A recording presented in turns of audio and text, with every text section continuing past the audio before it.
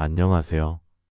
오늘은 이성적으로 이별을 결단하는 방법에 대해 이야기하려고 해요. 우리 모두 이별을 겪을 때 마음이 복잡하고 혼란스럽죠.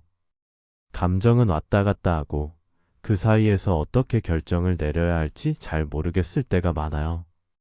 그래서 오늘은 감정에 휘둘리지 않고 이성적으로 이별을 준비하는 방법에 대해 현실적으로 말씀드려보려 해요. 여러분, 이 영상은 그냥 듣는 게 아니라 실제로 실천할 수 있도록 돕기 위한 거예요. 우리는 다 경험을 겪었고 또 겪을 거예요. 혼자가 아니라는 걸 기억하면서 같이 이 길을 가보죠. 첫 번째 단계는 감정을 잠시 내려놓는 것이에요.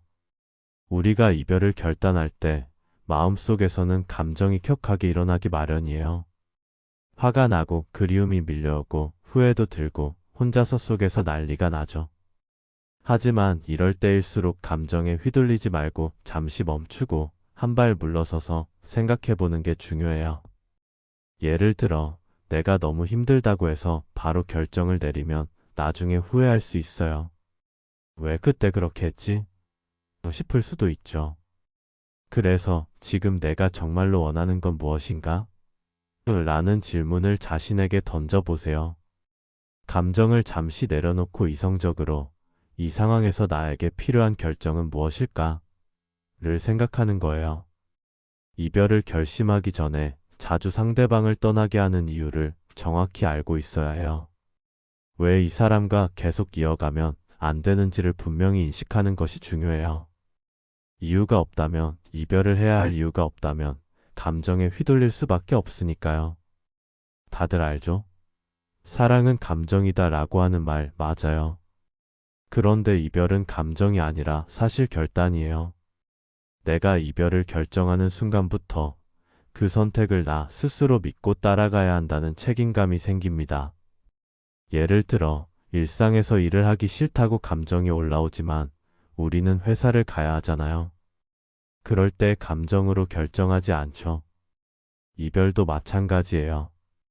감정이 아니라 내가 정말로 원하는 것이 무엇인지 생각하고 그 결정을 내려야 해요. 이제 시간을 두고 생각하는 것이 필요해요. 이별을 바로 결단하기 어려운 이유는 감정이 여전히 남아있기 때문이죠. 그러니까 일단 시간을 두고 생각해 보세요. 지금 당장 결정을 내리지 않아도 된다. 이걸 먼저 받아들이세요. 감정이 격할 때는 결정을 미루는 게 더 나을 때가 많아요. 그리고 시간이 지나면 감정이 가라앉고 현실을 좀 더 명확하게 볼 수 있게 돼요. 그러니까 한번 결정을 내린 후 잠시 시간을 두고 다시 생각해 보세요. 시간을 두고 자신의 판단을 되짚어보는 것이 이성적인 이별을 위한 중요한 과정이에요. 여러분이 생각할 수 있는 시간을 충분히 가지세요.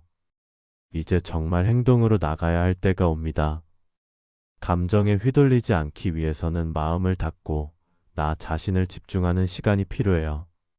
계속 마음속으로 갈팡질팡하며 정리되지 않는 감정을 이끌어가면 결국 또다시 엉킬 수 있어요. 자, 여러분.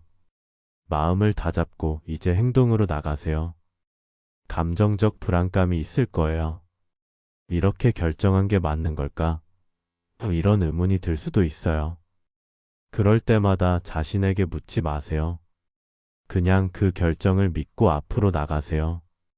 그 결정이 지금의 여러분에게 필요한 것이라면 후회는 오지 않아요. 마지막으로 여러분 자신에게 믿음을 주세요. 이별을 결정했다면 그 선택은 여러분이 진심으로 행복해지기 위한 첫 걸음일 수 있어요. 지금은 너무 힘들고 떼쓰고 싶겠죠. 아니에요. 이별을 인정해 보아요. 그 선택에 대해 스스로 자랑스럽게 여길 수 있어야 해요. 이별이 쉽지 않다는 건 알지만 여러분은 이미 강하고 충분히 그 결정을 내릴 수 있는 사람이에요. 어떤 결정을 내리더라도 자신을 믿고 나아가세요. 시간이 지나면 그 결정이 여러분에게 최고의 선택이었다고 느낄 날이 올 거예요. 제가 함께 할게요. 여러분들의 힘든 마음 제가 들어드릴게요. 댓글로 남겨주시면 제가 친구가 될게요. 이별은 결코 쉬운 선택이 아니지만 그 선택을 이성적으로 내린다면 감정적인 아픔을 조금이라도 덜어낼 수 있을 거예요. 그 결정을 믿고 조금씩 나아가세요. 여러분은 혼자가 아니에요. 모든 걸 지나고 나면 더 강하고 성숙한 사람으로 다시 태어날 거예요.